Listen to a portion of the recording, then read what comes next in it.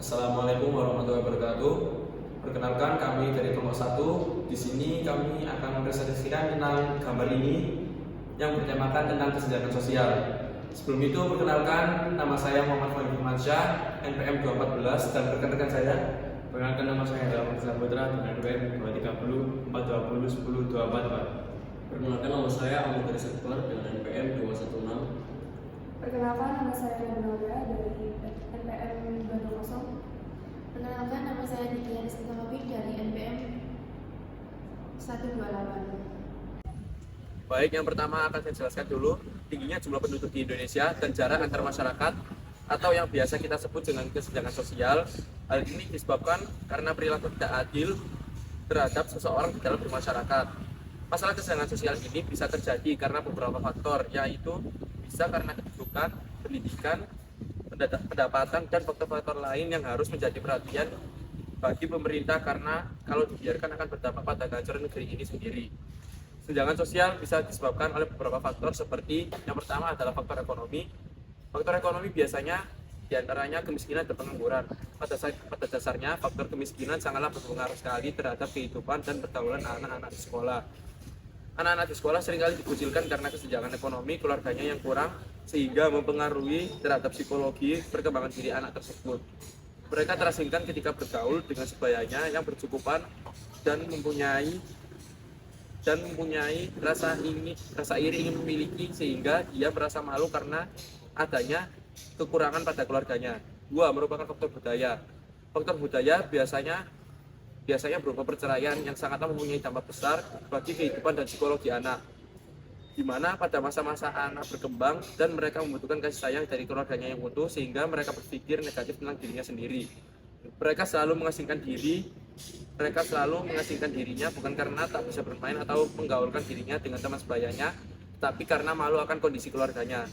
Kemudian faktor selanjutnya dijelaskan oleh teman saya.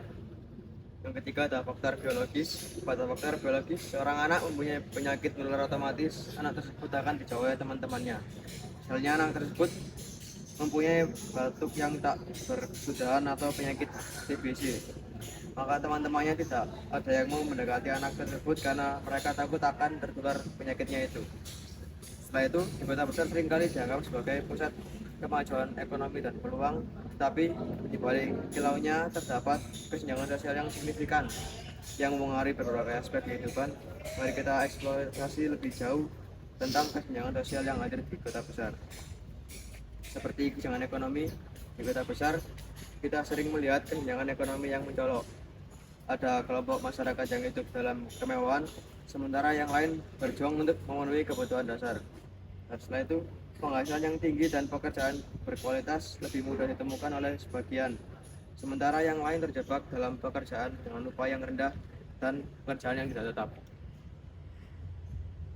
Yang ketiga yaitu akses terhadap pendidikan. Meskipun kota besar memiliki banyak.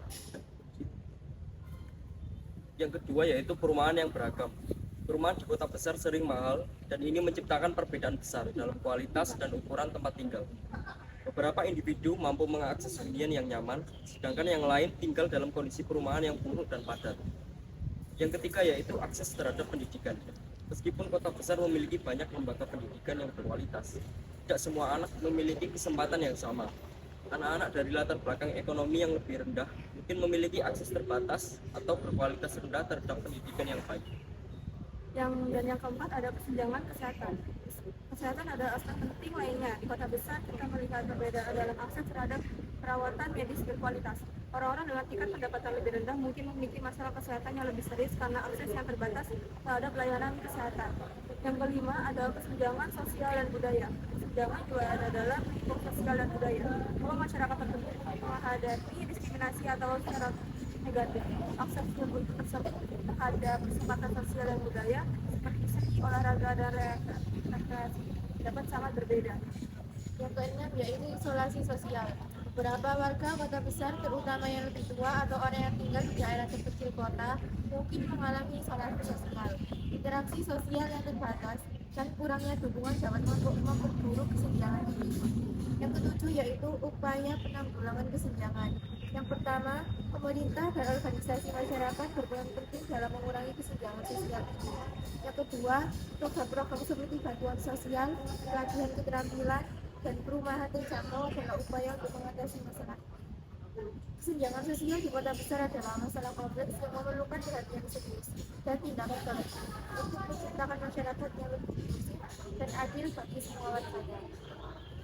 Baik, sekian itu tadi merupakan presentasi dari materi kelompok kita tentang kesenjangan sosial.